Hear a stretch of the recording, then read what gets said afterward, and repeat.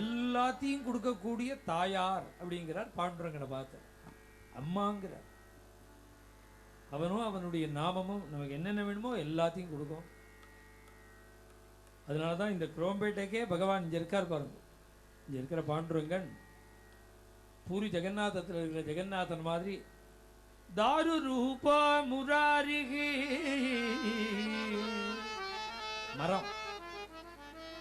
ஜெகநாதன் மாதிரின்னு சொன்ன காரணம் என்னன்னா, சில மரத்துக்கு தான் தெய்வீக சக்தி. அதில் விக்கிரகங்கள்லாம் பண்ணும்பொழுது, வாகனம் பண்ணும்பொழுது இந்த ஸ்தபதிகள்லாம் அத்தி மரம் தான் யூஸ் பண்ணுவா. அந்த ஔதும்புக்கு தான் தெய்வீகத்தன்மை. அதனால தான் பூரி ஜெகநாதன் பூரியில் மரம் அத்தி மரத்தில் தான் ஜெகநாதன் ஔதும்பரம். அது மாதிரி இந்த பாண்டுரங்கன் நான் கோவிந்தபுரத்தில் வச்சுட்டு இருந்த பாண்டுரங்கன் இது மரத்தில் பண்ண சொல்லி நம்ம கோவில் வேலையெல்லாம் பண்ணியிருக்காரு. ஒரு ஸ்தபதி பெரிய மர வேலையெல்லாம் பண்ணியிருக்காரு. கதவுகள் எல்லாம் பக்தாளெல்லாம் வடிச்சிருக்காரு. அவரை விட்டு எனக்குன்னு நான் பண்ணி வச்சுட்டேன் இந்த பாண்டுரங்கனை. அவர் நம்ம வைத்தியநாதன் கேட்டார். கேட்ட உடனே அந்த பாண்டுரங்கனை அவர்கிட்ட கொடுத்துட்டேன். அந்த தம்பதிகள்கிட்ட நீங்கள் கேட்டே நானாக கொடுத்தேனே, நானாகவே கொடுத்தேனா? சரி, நானாகவே கொடுத்துட்டேன்.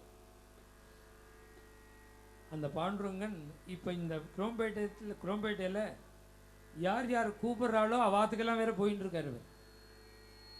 அங்கே போகிறார், பஜனை பண்ணுறார், பஜனை நடக்கிறது, நிறையா கல்யாண உற்சவம் நடக்கிறது.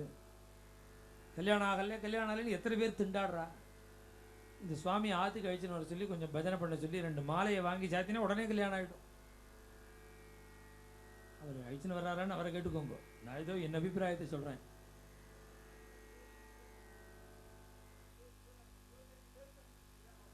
இந்த ஊரில் பார்த்தீங்களா 25 பேருக்கு நடந்திருக்கான். ஆற்றுக்கு போய் சுவாமி கல்யாண உற்சவம் பண்ணி. அதனால நம்ம மனுஷால நம்புறதை விட பகவானை நம்ப தீர்மானமாக பகவான் கிருபை பண்ண. இந்த கல்யாண உற்சவம் எத்தனாவது வருஷம்? 9வது வருஷம். நான் இந்த மெட்ராஸுக்கு இந்த 2 சபாக்கு சமயத்தில் எப்பயாவது கிரவுண்டுக்கு வரேன். அதை தவிர ராதா கல்யாணம்னு எங்கேயுமே போகிறதே கிடையாது.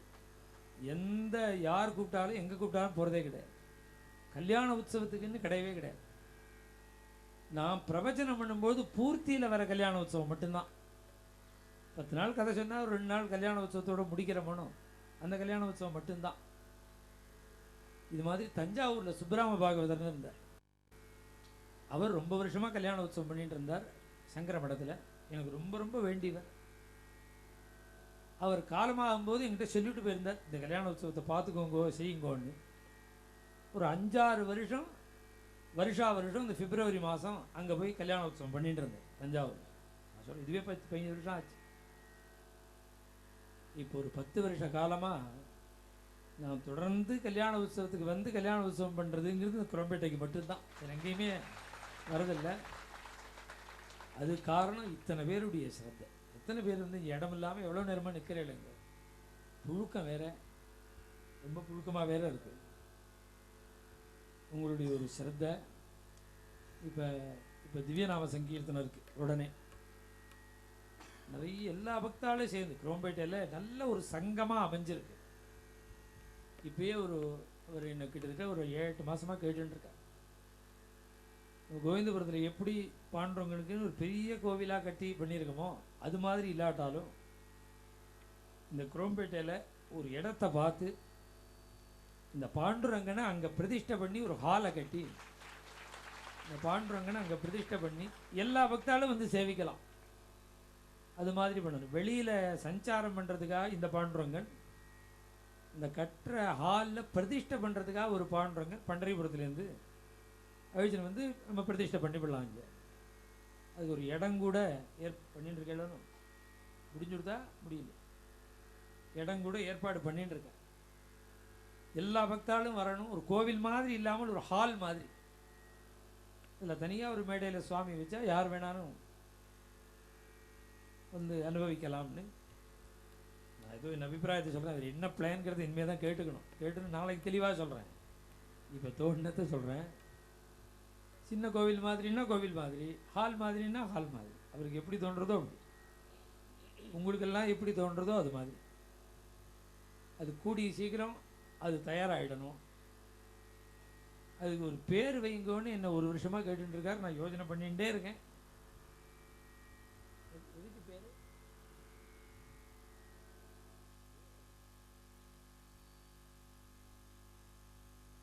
ஒரு ட்ரஸ்ட் மாதிரி, இந்த பாண்டுரங்கனுக்காக ஒரு ட்ரஸ்ட் மாதிரி வைக்கிறதுக்கு ஒரு பேர் கேட்டுருக்காரு. ஒரு வருஷமாக கேட்குறார். நானும் சொல்கிறேன்னு நான் இப்போ திடீர்னு தோன்றது சந்திரபாகான்னு வச்சுருந்தோம் ட்ரஸ்ட்டு பேர்.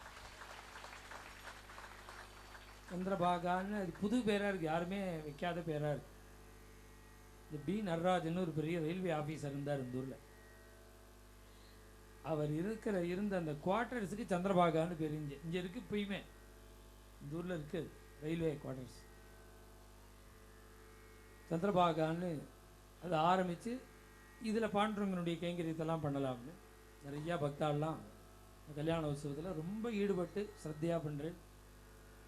இப்போ மேலே திவ்யநாம சங்கீர்த்தனம் ரொம்ப நேரம் பண்ணுறதுங்கிறது எங்களுக்கு முடியும், ஆனால் உங்களுக்கு சிரமம். அது 10 பேர் கை தூக்கினா போகிறாரு, நிறைய பேர் இருக்காங்க. வரேன் இருங்கோ, அவசரப்படாதீங்கோ. பஜனை பண்ணுவோம். நாளைக்கு கார்த்தால ஒரு சம்பிரதாய திவ்யநாமம் இருக்கு. இப்போ என்னாச்சு, நம்மளாலெல்லாம் இப்படி உங்களை அனுசரித்து நான் பஜனை பண்ணி ஒரிஜினல் திவ்யநாமமே மறைஞ்சு போயிடும் போல இருக்கு. இப்போ அது கூடாதுன்னு திவ்யநாமம்னா எப்படி பண்ணணுமோ அந்த நியமமாக பண்ணணும். அந்த சம்பிரதாய திவ்யநாமம் நாளைக்கு கார்த்தால. இன்னைக்கு உங்களுடைய திருப்திக்காக ஒரு மாதிரியான திவ்யநாமம். எனக்கு என்னுடைய அபிப்பிராயம் என்ன சம்பிரதாயத்தை மாற்றணுங்கிறதெல்லாம் இல்லை. ஆரம்பித்தா முடிவு வரைக்கும் உங்களுடைய இன்வால்மெண்ட் அதில் இருக்கணும். நான் பாட்டுக்கு விட்டல பாண்டுரங்க விட்டல பாண்டுரங்க விட்டல பாண்டுரங்க விட்டல பாண்டுரங்க இது மாதிரி நான் விரும்புகிறேன்னு ஏதாவது பாடிட்டு இருந்தா உட்கார்ந்து இருப்பேன். ராஜ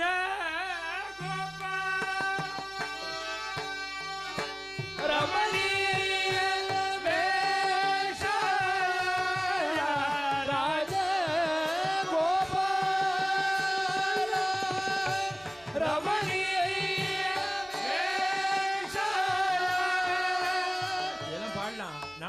பாடலாம். இது சம்பிரதாயம். இது இப்படிதான் பண்ணணும்னா அப்படிதான் பண்ணணும். இன்னைக்கு ராத்திரி பண்ற திவ்யநாமம் லௌகீகம். ராத்திரி வேளையில டயத்தை வேஸ்ட் பண்ண வேண்டாம்னு பண்றது ஒரிஜினல் தான். அது உங்க திருப்திக்காக சொல்லலை. கல்யாண உற்சவத்தில் ராதா கல்யாணத்தில் ராத்திரி திவ்யநாமம் விதிக்கப்படலை, கார்த்தால தான் திவ்யநாமம் விதிக்கப்பட்டிருக்கு.